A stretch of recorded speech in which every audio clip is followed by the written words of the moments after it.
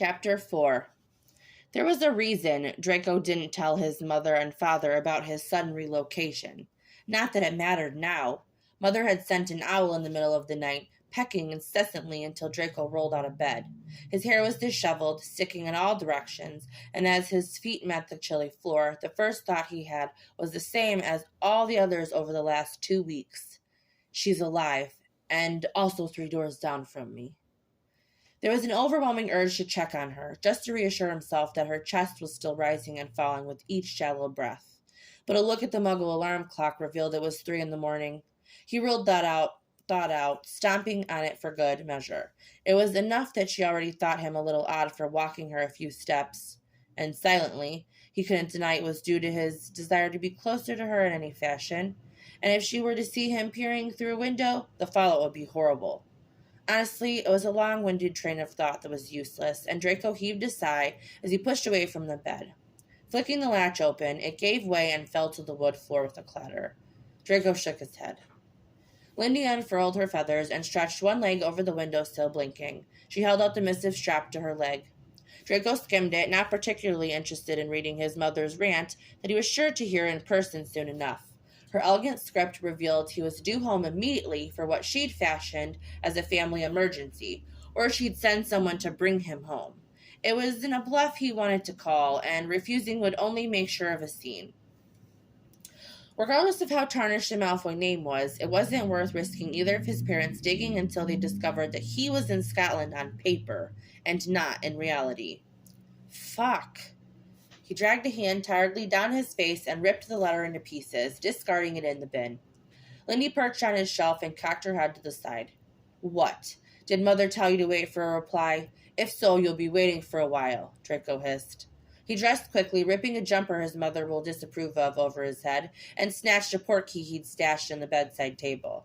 It came with strict instructions via Robards to only be used in a pinch, but Draco supposed he'd just front the bill for the replacement. If he was lucky, his boss wouldn't even notice the expense report. The sitting room was identical to the one he had avoided since the end of war. The floor was still squeaked beneath his boots, and even though it was ivory, scarlet flashed across it when he looked down.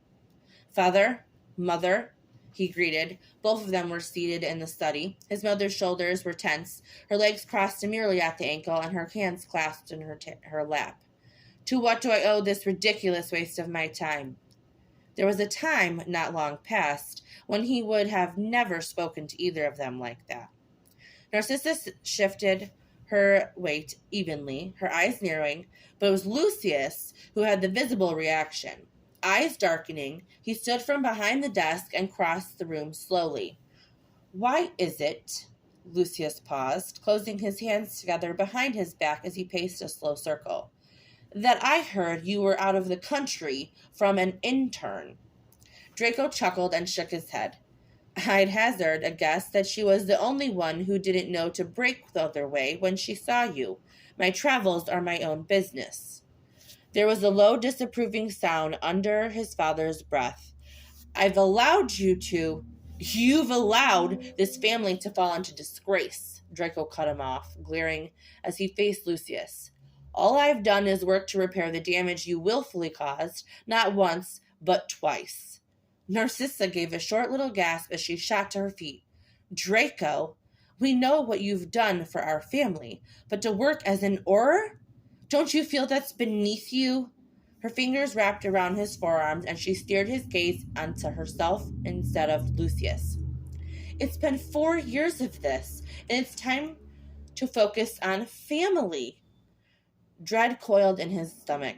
He'd known it was coming. The letter had all but spelled it out for him, but there was the resounding thought that his family was thousands of miles away. And he couldn't reveal that. Blood prejudice was still very much alive, and if his father learned his only grandson was a half-blood, part Muggle, Draco didn't want to imagine what would come next. I'm an Auror, Draco said, looking at his father over her shoulder. I'm going to remain an Auror until I see fit to retire myself. His mother fussed over him, shiny curls bouncing as she shook her head. Marriage is a full-time job. I'm not married, he groaned. He wondered if he could apparate out, but they had probably keyed the wards to prevent that. Lucius cleared his thought and his fingers flexed around the head of his cane. You're expected to be married by your next birthday, Draco. Should you fail to do so, there will be consequences. The way Lucius' nostrils flared when Draco scoffed was satisfying. I'm not going to search for a wife by next year, and that's all I say on the matter. Then, his mother's nails dug into his arm as she pasted a smile onto her face. You'll marry a witch of our choosing. Times are changing more than ever, and it's important to keep. Having a son out of wedlock would put him out of the running for any potential matches with witches her parents deemed acceptable. The truth was on the tip of his tongue, beneficial to no one but him, so he swallowed hard instead. Have you forgotten that I'm the head of our house? If you believe you can force the decision on me, I assure you that you're wrong. He pivoted away with a shake of his head as he made his way towards the flue. This conversation isn't over, Draco. Don't you dare take one more step. Lucius' voice cut through the air, cracking like a whip. With a shrug, Draco gave a rude wave of his hand. This conversation is over. Narcissa's lower lip wobbled as she hurried after him, but his father caught her harshly by the shoulder before she could fling herself into the fireplace. Draco, please! She elbowed Lucius directly in the gut and rushed to her son. You're insisting on going down a path I'll be unable to protect you from. Lucius lowered his lip in a curl. Leave him, Sissa. She murmured his name, holding his hand tightly in hers. Just a few meetings with other families is all I'm asking. Draco dropped her hands and watched her face fall with a slow pang in his chest. Then you're asking too much. He called out for his flat with Potter, and the last thing he saw was his father hurl his cane across the room. He holed himself up in the flat with Potter plus Weaselette. It was probably not ideal for any of them, given how it started. With a clear view of her legs over Potter's shoulders while he fucked her on the couch, Draco had excused himself, tightly clamping a hand down over his eyes as he fell his way to the flue. So you've talked to her then? Harry wondered out loud. Ginny's already left. She said the sight of your pointy face ruined the mood. Shoveling curry into his mouth, Draco shook his head. Granger's more friendly than she was at Hogwarts, that's for certain. Harry sat across from him, unboxing his food. Well, she broke your nose in school, so I'd hope she's more friendly now. You're not going to show up here again, are you? My name is still on that note, you fucking prat. You know that's not why I'm asking. Draco sighed. No, this won't be a habit. My mother sent an owl earlier this morning, and if I hadn't come, she would have caused a problem. I don't want either of them to learn where I am, lest they learn why I'm there. Nodding, Harry agreed. Do you want to talk about what happened with your parents? His spoon fell to the table, and Draco pinched the bridge of his nose. No. Fair enough. But I'm sure it's going to become an ongoing problem, so I will anyway, Draco added. They want to select a witch for me to wed by my birthday. Potter choked, his hand flying to his throat, his eyes wide. Merlin, you could have warned me. He wiped his mouth with the back of his sleeve. By March? That's not much time at all. Why the fuck did you just kick me?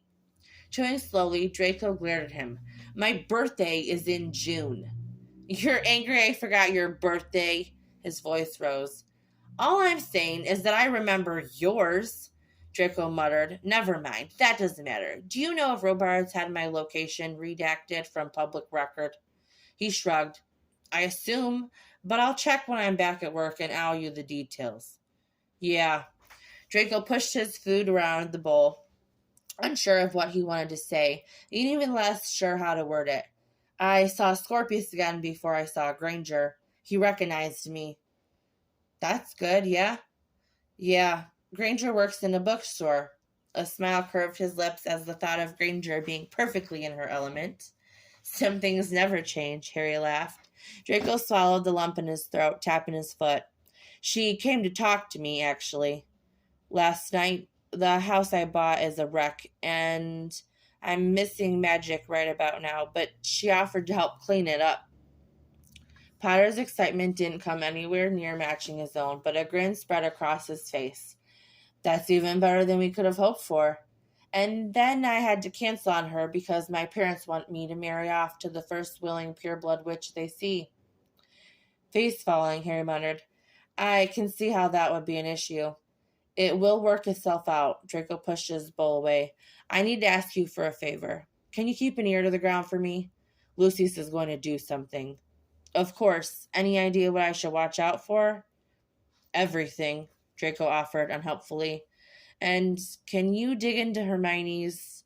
Harry held up a hand, his fingers swooping through spell movements, and a file zipped into his open palm.